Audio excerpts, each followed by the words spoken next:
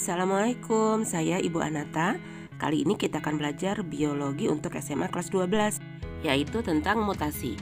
Mutasi itu ada dua, mutasi gen dan kromosom. Pada pertemuan kali ini, Ibu akan membahas tentang mutasi gen. Ayo simak penjelasan Ibu berikut ini. Adapun tujuan pembelajaran pada kali ini adalah setelah kamu menyimak penjelasan dari Ibu, kamu bisa mengidentifikasi jenis-jenis mutasi gen, penyebabnya, dan contoh mutasi gen yang terjadi pada manusia. Mutasi itu sebenarnya adalah perubahan yang terjadi pada bahan genetik, baik itu DNA ataupun RNA.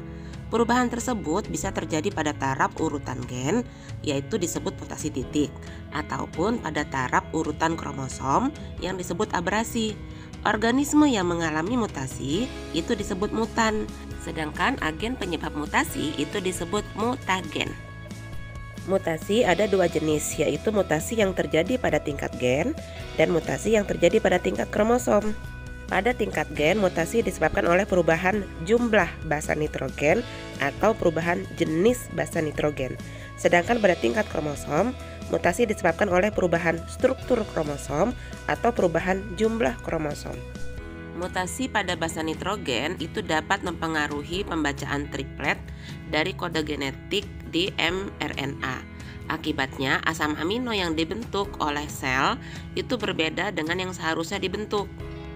Pada video kali ini yang akan kita bahas adalah mutasi pada tingkat gen. Mutasi pada tingkat gen akibat perubahan jumlah basa nitrogen itu ada 4 macam. Yang pertama duplikasi atau penggandaan, kemudian adisi atau penambahan, ketiga insersi atau penyisipan, keempat delesi atau kehilangan.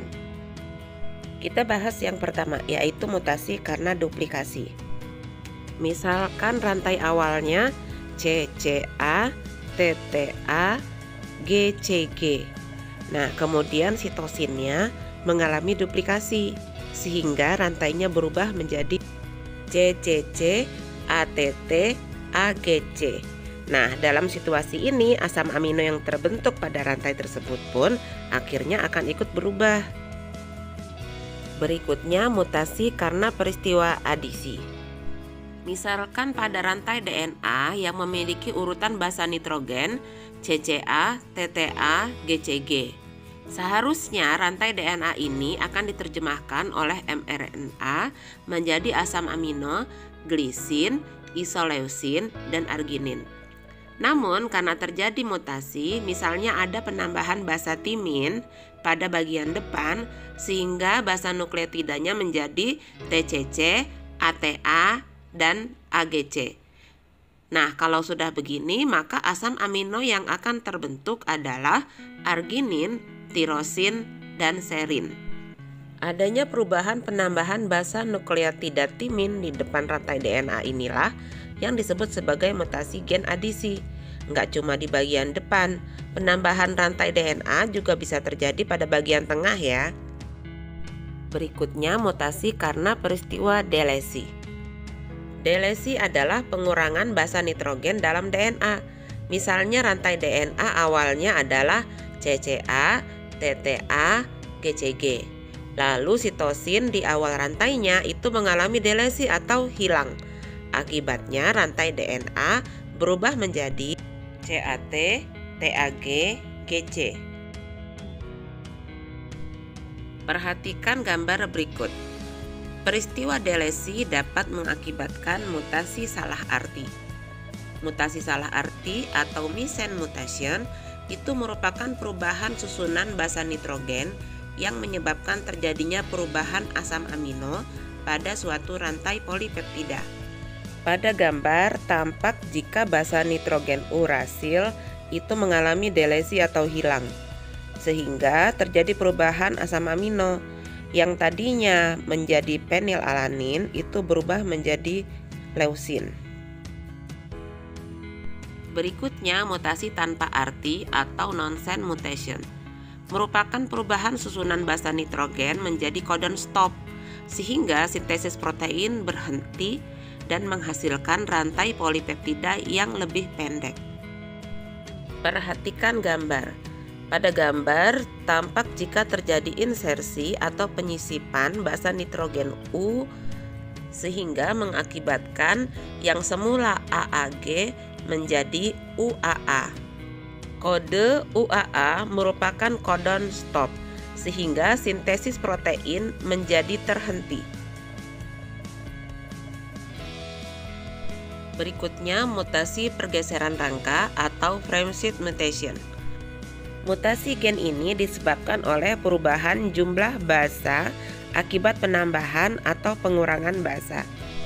Insersi atau delesi pasangan basa dapat menyebabkan pembacaan kode triplet atau kodon menjadi berbeda pada proses translasi mRNA. Keadaan ini akan menyebabkan pergeseran kerangka. Pada layar tampak jika kodon AAG mengalami delesi. Akibatnya terjadi pergeseran rangka menjadi lebih pendek.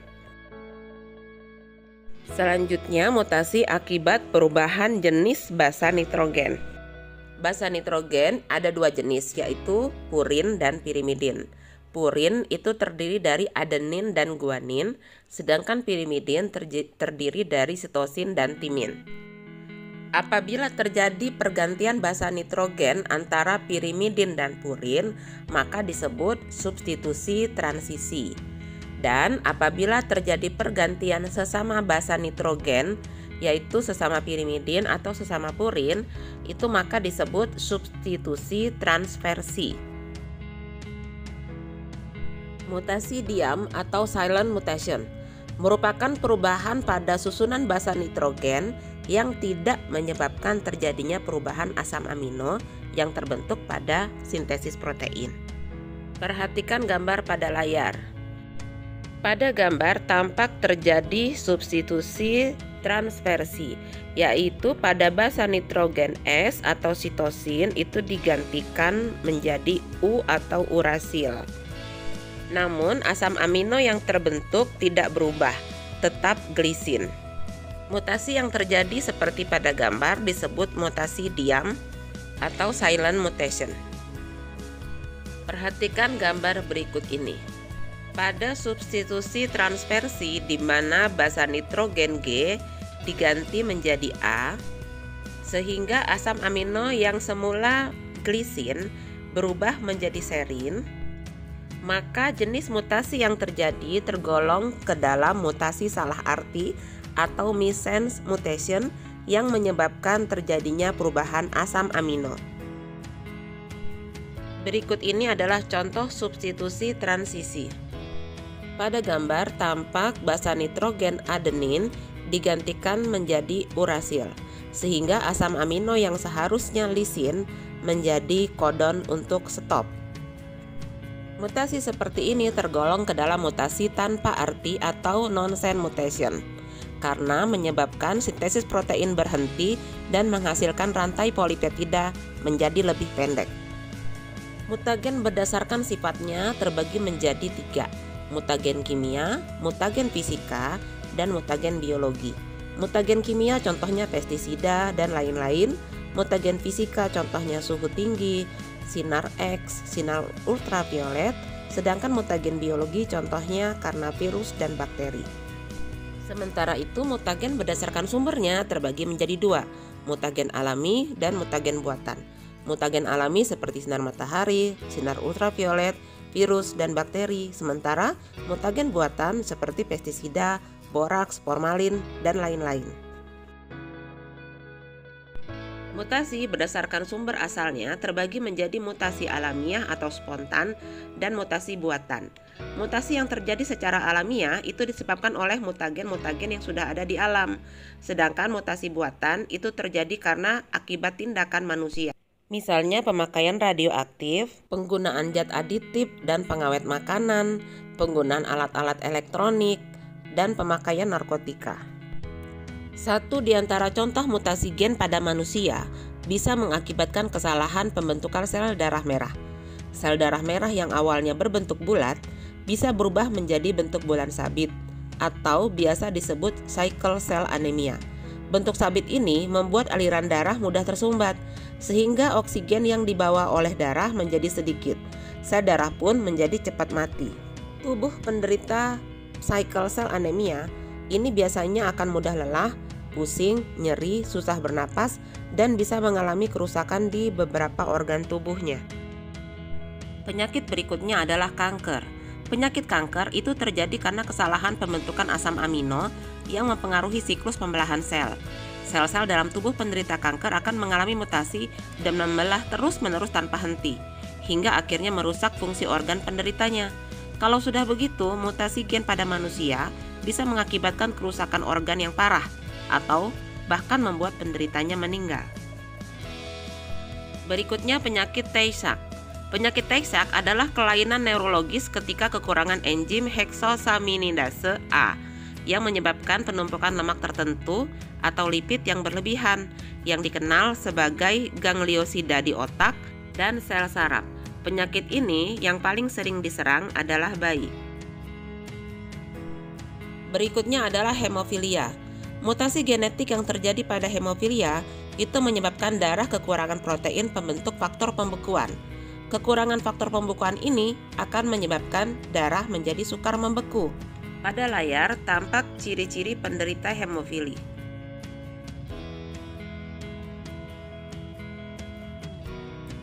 Demikian penjelasan dari Ibu, semoga bisa dipahami. Terima kasih dan sampai berjumpa kembali. Jangan lupa like dan subscribe ya.